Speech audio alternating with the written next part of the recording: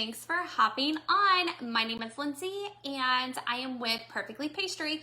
Who's Perfectly Pastry? We are a local retail bakery in St. Louis, Missouri, and we also do wholesale baking in the area, along with being an online resource for anybody who wants to improve their baking, who wants to start their own baking business, who wants to grow their own baking business. We share with you our experiences, what we've done, what's worked, what's not worked. We figured we've done a lot of the hard work, and if you're interested in it, we might as well share that information with you so that you can be successful as well. How is everybody doing? I go live here every Wednesday at 1 p.m. Eastern Time. Eastern Time is where I live. I live in Florida. And then I run this business with my sister and my mom. My mom is in the shop baking and preparing the tasty treats for you. So if you hop into our store, you'll most likely be talking to my mom. And then my sister lives in Illinois, right across from St. Louis, and she helps out a lot with my mom. And so does my aunt and my grandma. They're really great about stepping in and helping out. So if you were here last Saturday, my grandma and my aunt were training like how to do their storefront, what they needed to learn. And so they were helping my mom out last weekend. So that was a lot of fun. My mom enjoys having them be part of the business, and we enjoy having them be part of the business. If you're watching me live, drop a heart. Let me know you're watching me live. If you're watching me on replay, use hashtag replay. And if this is the first time you've ever watched me, drop me a 1. Say, this is the first time I've ever caught you live. Or ever watched me. That works for me too. It's so funny because like I have been sitting here waiting for the time to start. And I realized I'm not a very patient person. I get it from my dad when it comes to time. Like all I can think about is like, oh, I'm so my father's daughter. I was just like, maybe I should start early. Maybe I'll just do it early. But the problem with starting early is everybody expects me to be on at 1. So if I started early and I say important stuff, then now they have to watch the replay and they didn't get to hear the important stuff. And I was like, oh, just be patient. Just be patient. So I want to thank my dad for that because I wasn't very patient. But I did. I waited to 1 o'clock like I was supposed to. So here we are. I want to say thank you guys who stopped by. Oh, I did that. I kicked it. Ignore that. Thank you guys for stopping by last weekend. A lot of you guys came out and tried our new signature cupcakes, which are twisted cupcakes. They all have alcohol in them. I talked to you guys about the margarita cupcakes, and we sold completely out of the margarita cupcakes. They go really well with the tacos from La Jefe's in the storefront. But we are rolling out some new signature cupcakes, all of them with infused with some alcohol. So I just want to invite you to stop by this weekend because there's going to be some new ones that we will be debuting this weekend. So we're excited about that. So I've decided I'm not going to do any more lives between now and New Year's. I was going to. I'm not going to lie, I'm not. I'm going to take some time off. Sorry, guys. I know you're going to miss me and seeing me and listening to me, but I think my camera is crooked. I'm not going to lie. I'm not gonna fix it. I'm just gonna ignore it. Yeah. Anyway, so I'm not gonna do any more lives between now and New Year's. So sorry about that, guys. We will pick up again after New Year's. I'm gonna take some time off at the holidays, spend it with my kiddos since they're gonna be out of school. So I'm excited about that. So please forgive me, and I'll see you guys next year. I'm not gonna lie. I don't always bake cookies for Christmas. I'm always like, let's just get some cookies and put it out there. I know, I'm not the baker. I've said this a million times. My mom is. I wish she would just be here to bake me food all the time, and then I wouldn't have to do it at all. So if you're like me and you're like, I just don't know how I'm gonna work in cookies, like I totally get it. We can do that for you. So all you have to do is go to the menu, check it out. You can order a platter, you can order a dozen, you can order a half dozen. It is absolutely up to you. Stop by the retail space. We had our Christmas tree and our Santa hats last weekend, and like a bunch of people grabbed them to take them home for their kids and stuff like that. They had like little things that they were doing that they wanted some cookies. A few like brothers and sisters were gonna get together before the holidays, and they wanted some cookies and stuff. So they're super cute. They're Christmas tree and Santa Claus hats. It's so funny because we debated like which ones do we think are cuter, the Santa or the Christmas tree, and we're just gonna say you guys spoke by buying like completely bought out all of the Santa hats. I think we had like 2 Christmas trees left on Saturday, and we ended up selling them on Sunday. So they all win. So obviously they were all big hits, but it was funny because like the Santa hats were just flying off the shelf. I think it has a lot to do with the fact that they're red, so like they're really eye-catching. But we're really excited. We hopefully will get enough time to get some more of those out for this weekend. We've got a lot going on with holidays, so we're trying to get it all worked out. So that's our game plan. But the other thing that we offer is specialty breads, which like we have our pumpkin bread, so you can buy it in a loaf. And so instead of having just dinner rolls at dinner, you can have pumpkin bread, which is amazing. But we also have like cranberry nut.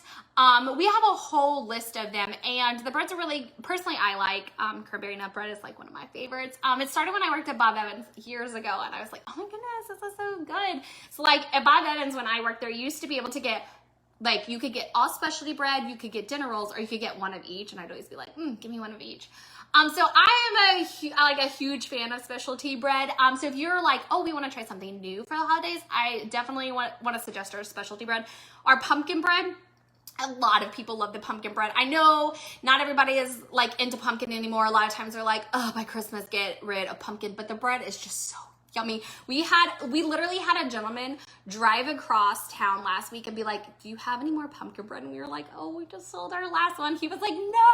I was like, oh, next time give us a heads up and we'll make sure to save a piece for you. Yeah, so that was pretty, I love hearing those kind of stories from my mom, and she's always like, oh, so-and-so stopped by today. It was so great to see them. She loves being able to connect with people. It's been one of her favorite things about the store. So I just want to remind you to get your holiday orders in, because the holidays are almost here, and then those are going to be going away. We will be rolling out our Valentine's. I know it's so crazy. Valentine's, you're like, why are you already talking about Valentine's? You'd be surprised how far in advance you have to start on things when you're working in like retail and trying to do promotions and things like that. I mean, those of you who are in it, you understand, but that stuff takes time. You'd be surprised. So yes, we have been talking about Valentine's Day. My mom was like, can I get through Christmas? Like, seriously, girl, can I get through Christmas? And I'm like, we really should plan on it. So be expecting our Valentine's Day menu to be rolling out soon, because it will be coming soon. And then our holiday menu will be going away, just so you guys know. So I just want to give you guys a heads up about that. All right, so today I wanted to go over some of the books that I've read over the past year. Some of them, okay, they're all business related, I'm not gonna lie. Some of them, most of them don't really pertain to baking. But it is running a business, and so we all need tools to understand how to grow our business, how to run our business, and things like that. Some of them I worked on through Perfectly Pastry. Some of them I've worked on through other projects that I work on, and so I want to talk to you guys about that. So the first book that I read, and then I had my mom and my sister read, was Profit First. We have personally implemented Profit First into our business. It's a concept of looking at income and allocating funds appropriately so that you can manage your money better, along with setting aside the profit and owner's pay to make sure that you're getting paid in your business. So it's talking about taking those things off the top before distributing it to your, what we call the OpEx account. And so that we shifted to that probably July or August in our business, and it's been going good.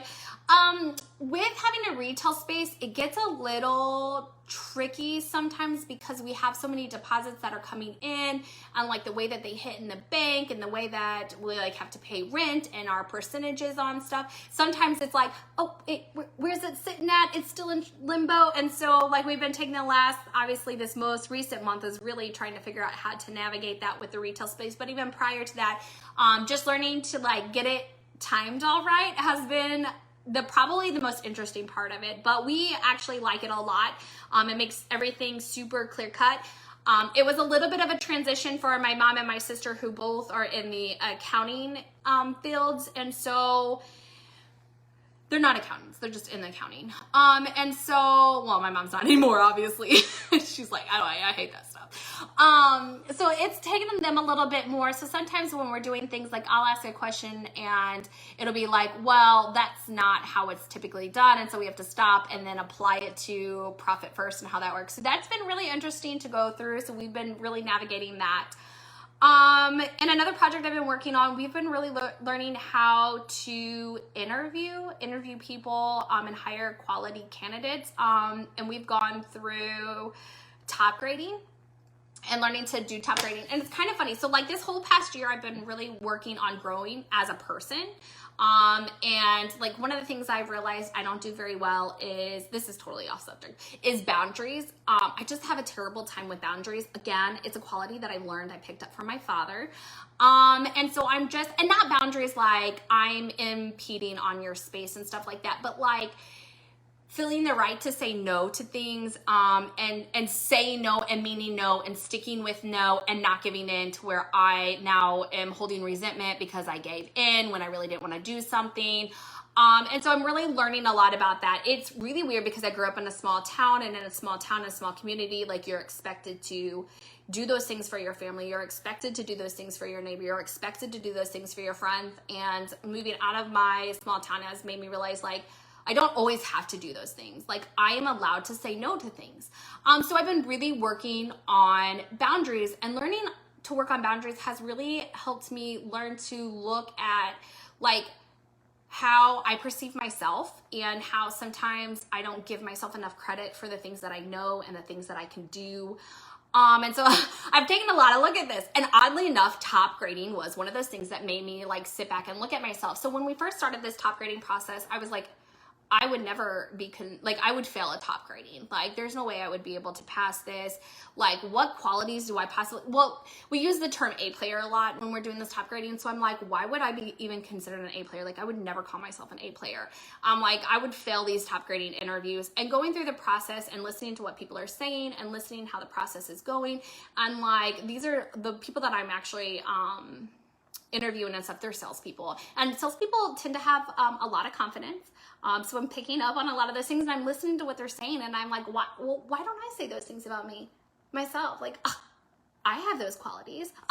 I do those things. Like, that's not, why am I short selling myself? So I've learned a lot through top grading. I've also learned a lot about judging character, asking right questions, reading what people are saying, understanding what people are saying, and then diving deeper into what they're saying so that I can have a clear picture of who they are and what they are doing, so that we are not hiring people and then like they're just falling through the cracks. They're not meeting our standards. There's just a lot that goes into it.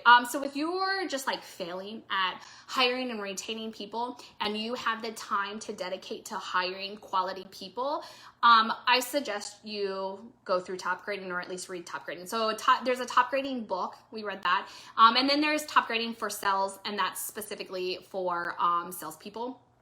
And so both of those are really good if you're wanting to learn how to do better interviewing. I highly suggest those. Another book we read was Your First 100, How to Get Your First 100 Repeat Customers.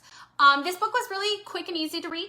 I would say that I liked the book. It's not that I didn't like the book. It's that everything that the gal taught in the book, I already knew and already was applying because I'm an avid follower of Kate Doster. If you have watched any of my old lives and I talk about podcasts and email marketing or anything like that, you know that I've talked about Kate Doster. I absolutely love her. She just has amazing information to share with everybody. I just cannot talk enough about her. I have taken courses through her. I have read almost everything that she's put out. I listen to all of her podcasts. Like, I absolutely love that girl. And she talks a lot about how to build relationships with people, and how to get your repeat customers. Like, she's really big on that. And so I already knew a majority of it going in, so I can't say that I learned a lot from it, but she did echo exactly what Kate Doster has been talking about. So it's nice to see that transition into different fields and things like that. So if you're really wanting to learn more about getting 100 repeat customers and you have no idea where to start, I suggest picking up the book. I also suggest just devouring Kate Doster stuff. Now, Kate Doster may not be for everybody. Like, you may listen to her and she might be like, hey girl, what's up? Home slice. And you're like, home slice, that's not professional. I'm not dealing with that. Then go back to reading the book. But I love Kate Doster. I love how like down to earth she is. I'm really quirky. She's totally quirky. I love that about her. So totally Kate Doster all the way, but definitely if you're looking for a book, then it's called Your First 100, How to Get Your First 100 Repeat Customers. Now, I dropped all of these books down in the description. They are affiliate links, just so you know. So if you do make a purchase, we could get a small commission, no extra cost to you. I just want you to know that we did read all of these. So Profit First, highly recommend. The last one that I'm almost done with, so I'll be done with it by the end of the year. Secrets of a Six-Figure Woman. This one's so wordy. Like, I had them written on my board, and then I had to write them on a piece of paper because this one was so wordy, I couldn't even put it on my board. Secrets of a Six-Figure Woman. Surprising strategies to up your earnings and change your life. La, la, la. It's a mouthful. Yes. I love it.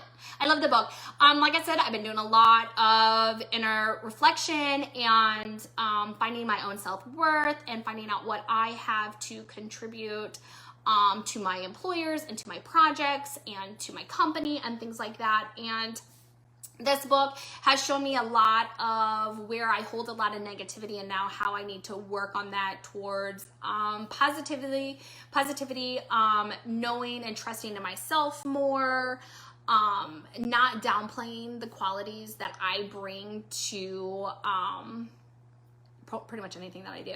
So I really have enjoyed that book. I love hearing the stories about the different women in there. You know, some of them are like working super, super hard. Some of them are like, no, you don't actually have to work hard. Here's like the different things that I've done. So it's just, I mean, obviously it's not a step-by-step, like this is how you're going to do it. It's just like, these are the things that we have done. Have you ever thought about reflecting on this or reflecting on that? I've been doing a lot of reflecting lately. And as you, like last week when I talked about goals, I did a lot of reflecting in that. So that's kind of what I've been doing this past year. It's what I'm going to continue doing in this upcoming year. These are the 5 books that I have read that are business related over the past year. Honestly, I haven't even read anything for fun this past year. It's kind of a bummer because I love reading and I haven't done so lately. Besides my business books, I say that like I love reading. I haven't read any of my non-business books, but I totally love nerding out on business stuff. So it's kind of been fun. I'm not gonna lie.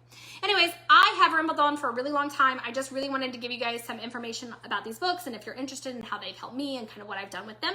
I want to remind everybody that those twisted alcohol-infused cupcakes will be rolling out this weekend. We're going to have some different flavors. Definitely stop by and try them. We ran out of gooey cake last weekend and cheesecake, so those are back on the shelves, guys. I have no fear. We literally had people like, you're already out? And we're like, sorry, we sold out like quite some time ago. So we had a huge influx of people last weekend, so that was really awesome. And I know that you guys were like, how are you already out? So we want to invite you guys to stop by. We have our shelves restocked for you guys, and we will be rolling out more of those cupcakes this weekend. All right, so if you're watching me live, you should like and follow us on Facebook, but Facebook's not the only one that we're on. We're on other social media. It's at Perfectly Pastry on all the other social media except for Facebook, because let's be real, I set that up incorrectly, and we are at Perfectly Pastry Bakery on Facebook. I'm gonna hop off of here. I'm not gonna see you guys until next year, so I hope you guys have a very Merry Christmas, a wonderful holiday, and I will see all of you guys back here next month. Well, it is technically next month, next year, and we'll talk about more business and baking. You guys have a wonderful rest of the week. Thank you guys, and a wonderful rest of the year. Bye.